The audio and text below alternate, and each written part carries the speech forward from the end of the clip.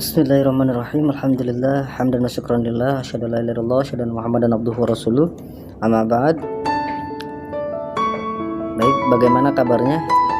Alhamdulillah, mudah-mudahan di sana sehat walafiat ya. Baik, kali ini kita akan masuk kepada mata pelajaran ushul fikih untuk kelas 7 ini ya, untuk kelas 7. Untuk kelas 7 silahkan checklist kehadirannya dulu dan mari kita berdoa. Allahumma inni as'aluka ilman nafi'an wa rizqan thayyiban wa amalan mutaqabbalan. Rabbi zidni ilman warzuqni fahman. Mungkin kemarin ada orang tua yang bertanya kepada wali kelas 7, usul fikih itu pelajaran apa sih? Oke, kita akan sampaikan sekarang. Usul fikih itu nanti ada secara bahasa dan istilah ya. Jadi kata usul itu merupakan jamak dari kata aslun. Merupakan jamak dari kata aslun. Ini. Jadi secara bahasa bermakna mabuniya apa-apa yang dibangun alahi atas ghairuhu yang lainnya. Jadi yang dibangun di atas usul disebut al-furu, bentuk tunggalnya. Al-far'u, yang dimaksud al-far'u yaitu mabuniya alai gurihi, sesuatu yang dibangun di atas yang lainnya. Jadi ibarat pohon, kalau sebuah pohon itu usul itu adalah akar. Usul itu kalau kita asal ya, usul itu adalah akar. Furu itu atau far'u itu adalah batang, ranting, daun dan buah yang berdiri di atas akar tersebut gitu. Kalau jika diibaratkan sebuah bangunan, usul itu pondasinya, cakar ayamnya. Jadi sedangkan furunya adalah cabangnya, itu adalah segala hal yang ada di atas pondasinya. Itu baik berupa dinding, atap, kaca dan lainnya sebagainya ya. Nah, secara istilah kata usul dalam pandangan ulama usul fikih bisa diartikan dalam 5 pengertian. Yang pertama kaidah kuliah, kaidah yang menyeluruh. Contohnya gini, bolehnya memakan bangkai gitu ya. Bagi yang mudarat, yang darurat, yang terpaksa. Nah, kaidah ini menyalahi yang asal, hukum asal. Maksudnya menyalahi kaidah kuliah yang menyeluruh, yang menyatakan bahwa setiap bangkai haram. Berdasarkan firman Allah dalam surat Al-Baqarah ayat 172, A'udzubillahi minasyaitonirrajim, innama harrama 'alaikumul maitah, gitu ya, bahwasanya Allah mengharamkan bangkai yang atas kalian. Kemudian makna selanjutnya rojih, yang kuat gitu. Kemudian mustashab itu menetapkan hukum yang dulu berlaku sampai sekarang. Kalau makis ada juga 4, yang keempat makis alaih. Makis alaih itu pokoknya gitu. Kemudian ada juga makis itu far'un dan alaihnya aslun. Kemudian dalil itu sesuatu yang berpetunjuk, itu bermakna fikih. Sekarang pengertian fikih secara bahasa. Fikih secara bahasa itu adalah paham. Jadi fikih secara bahasa adalah paham.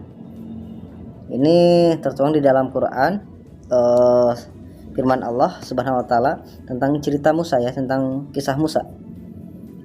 Di dalam surat Toha kalau nggak salah, wahlul uqdatam min lisani gitu ya. Paham gitu. Kemudian menurut dalam keterangan lain pengertian fikih secara istilah, tadi secara bahasa udah paham yang mendalam, sekarang secara istilah. Secara istilah yang masyhur di kalangan para ulama adalah rumusan dari Imam Syafi'i. Ini pengarang penyusun kitab usul fikih, Imam Syafi'i.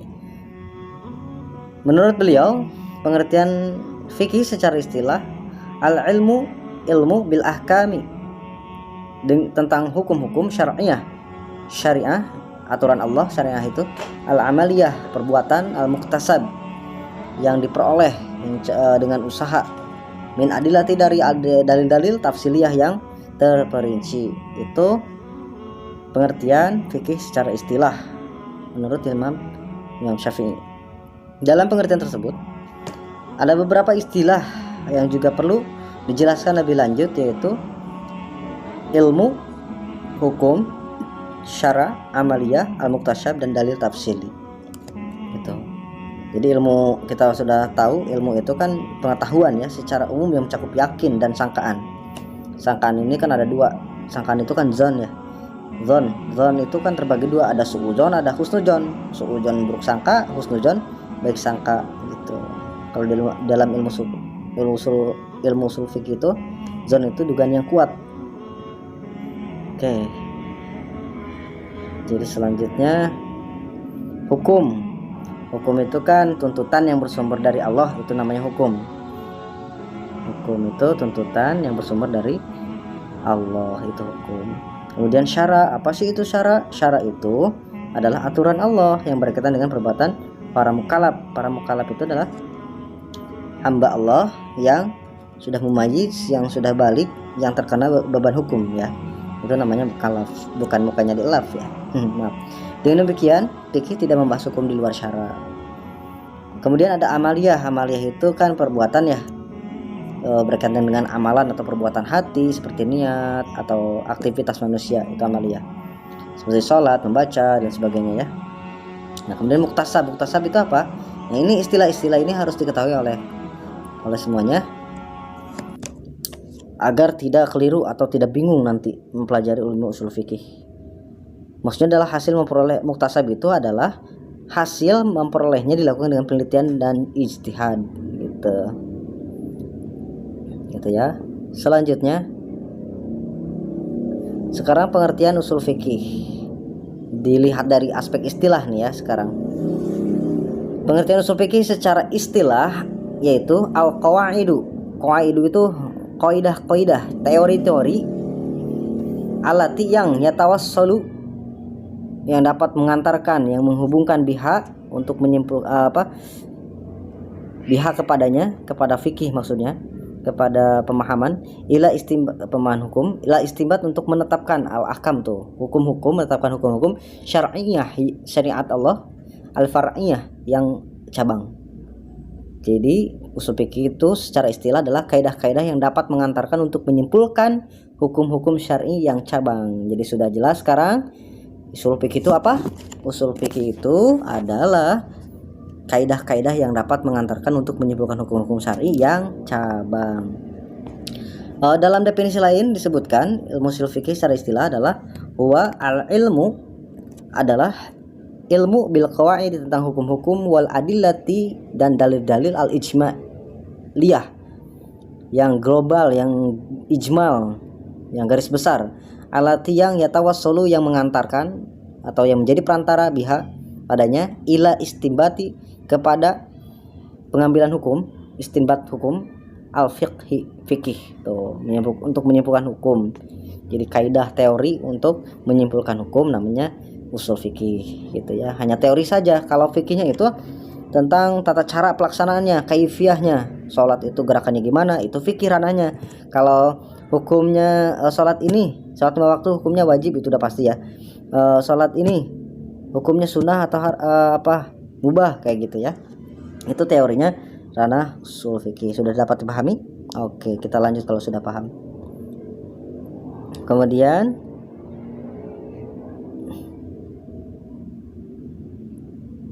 ini banyak ya, kita langsung ke pokok pembahasannya. Nah, pertanyaan selanjutnya nanti, Pak, apa saja sih pokok pembahasan usul fikih? Oke, kita bahas. Pokok pembahasan usul fikih secara garis besarnya adalah yang pertama, mempelajari bahasannya itu sumber-sumber hukum. Jadi mempelajari tentang sumber-sumber hukum, baik yang disepakati seperti Al-Quran dan Sunnah, maupun yang diperselisihkan, diperdebatkan, dipertentangkan seperti istihsan. Nanti kita belajar pada bab selanjutnya seperti masalah mursalah. Nanti kita akan pelajari itu semua ya di kelas 9 nanti. Yang kedua, pembahasan usul fikih ini tentang ijtihad. Ijtihad tadi udah disampaikan. Kalau orang yang berjihad untuk menyatakan hukum namanya mujtahid. kalau kita para ulama ya. Kemudian syarat-syarat dan sifat-sifat orang yang melakukan ijtihad, mencari jalan hukum untuk menetapkan hukum. Yang ketiga, bahasan usul fikih itu adalah mencari jalan keluar dari dua dalil yang bertentangan secara zohir, secara nyata, ayat dengan ayat nanti atau sunnah dengan sunnah dan lain-lain, baik dengan jalan yang dikompromikan, menguatkan salah satu, mengabaikan salah satu, atau kedua dalil yang bertentangan. Tuh ya, nanti kita kaji, mencari jalan yang dalil yang terkuat, rajih tadi. Kemudian keempatnya, pembahasan tentang hukum syara yang memiliki syarat-syarat dan macam-macamnya, baik bersifat tuntutan, larangan, pilihan, atau keringanan. Keringanan itu rukhsah. Juga dibahas tentang hukum hakim. Hakim itu penentu, hakim penentu hukum yang mengeluarkan hukum, mahkum alaih dan lain-lain. Kemudian yang kelima, pembahasan usul fikih tentang kaidah-kaidah yang akan digunakan dalam mengistinbat atau menyimpulkan hukum dan cara menggunakannya. Nah, sekarang apa sih manfaat atau faidah usul fikih? Faidah usul fikih itu adalah untuk mengetahui hukum-hukum Allah yang mencakup kebahagiaan di dunia dan akhirat. Jika hidupnya ingin bahagia di dunia dan akhirat, maka pelajarilah ilmu usul fikih karena ini penting. Begitu.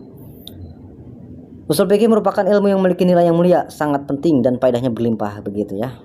Oke. Selanjutnya, next guy. Oh ya, manfaatnya banyak lagi, silahkan dibaca di sini. Mengkaji ilmu usul fikih itu banyak faedahnya, silahkan ya belajar. Nah, sekarang langsung saja ke tujuan usul fikih. Tujuan usul fikih itu apa saja sih, Pak? Aduh, maaf ya, ada gempa. Tujuan usul fikih yang pertama, mengetahui tata cara istinbat menyimpulkan hukum.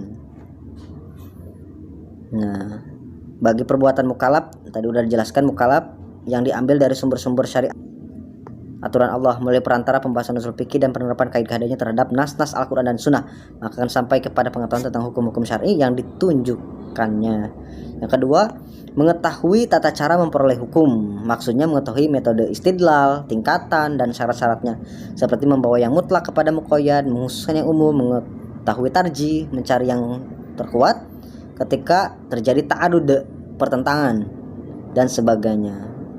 Syekh Islam Ibnu Taimiyah berkata, sesungguhnya maksud usul fikih itu adalah untuk memahami maksud Allah dan Rasulnya yang terdapat dalam Al-Quran dan Sunnah gitu. Banyak kan kita tidak tahu apa maksudnya ini ayat gitu ya. Itu tujuan usul fikih. Selanjutnya, sekarang sumber pengambilan usul fikih itu dari mana? Nah, yang pertama, sumber pengambilannya itu pertama nas-nas Al-Quran dan sunnah-sunnah yang sahih ya gitu. Kemudian dari asar-asar yang diriwayatkan dari sahabat dan tabi'in. Kemudian yang ketiga, ijma. Ijma itu kesepakatan salafus salih, ulama yang terdahulu. 4, kaidah-kaidah bahasa Arabnya harus fasih. Tuh. Ini sumber mulanya dari bahasa Arab. Kemudian 5, fitrah yang lurus dan akal yang selamat sumbernya. Kemudian istihad ahli ilmu dan istinbat mereka yang sesuai dengan kaidah-kaidah syara. Kemudian sekarang sandaran usul fikih. Nih, ilmu-ilmu pendukung dari usul fikih itu apa saja? Kaidah-kaidah bahasa Arabnya harus fasih, karena kitab Al-Qur'an diturunnya dengan bahasa Arab ya, dan Rasul juga menggunakan bahasa Arab. Kemudian kaidah-kaidah harus mengetahui kaidah-kaidah mantik, kias, mantik gitu. Kemudian seorang yang mempelajari ilmu usul fikih juga harus mengetahui ilmu tauhid. Ilmu tauhid itu ilmu akidah akhlak ya kalau kita, karena untuk menetapkan salah satu dari pokok bahasan usul fikih seperti menetapkan kalam Allah yang didasarkan pada penetapan ulama tauhid dengan berbagai dalil dan keterangan gitu. Kemudian harus juga menguasai ulumul hadis atau mustalah hadis. Untuk hubungan usul fikih ini dengan ilmu yang lain ini juga berkaitan yang sangat erat ya gitu. Karena untuk menjelaskan dalil yang kuat dari beberapa dalil ketika terjadi pertentangan, dan untuk mengetahui kehujahan hadis mursal. Jadi ada hadis-hadis yang memang terputus, mursal itu terputus beberapa hadis gitu ya. Itu nanti diketahuan ini mana yang harus diambil dalilnya, ini halal atau haram atau makruh atau wajib atau sunnah gitu kan ya. Gitu. Kemudian 5, usul fikih juga berkaitan dengan dari segi menjaga 5 hal yang pokok, ada daruriyal khamas yang mencakup agama, jiwa, akal, keturunan, dan harta. Nah, dari segi memperhatikan kemaslahatan hamba dan menghilangkan kesulitan mereka, hal ini dilakukan dengan meneliti sejumlah nas-nas yang bersumber dari Al-Quran dan Sunnah. Kembali lagi kepada Al-Quran dan Sunnah gitu. Ini silahkan baca saja peletakan dasar usul fikih itu apa.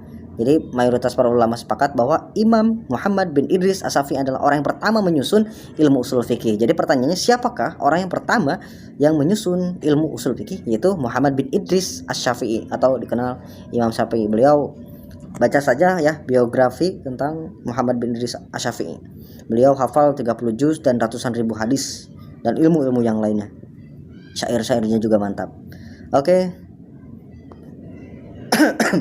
Nah, kalian nanti diminta untuk bisa membedakan antara ilmu fikih dan usul fikih. Pertanyaannya, apa perbedaan antara ilmu fikih dan usul fikih? Nah, simpel saja kesimpulannya, kalau ilmu fikih itu ranahnya tentang pelaksanaan hukum Islam, hukum syariat Islam. Kalau usul fikih itu kaidah, teori tentang menyimpulkan hukum Islam dengan dalil yang terperinci, ya, dalil fikih. Begitu. Oke, dapat dipahami. Selanjutnya langsung saja, ini aspek-aspek perbedaannya ya. Silahkan dibaca, ditulis.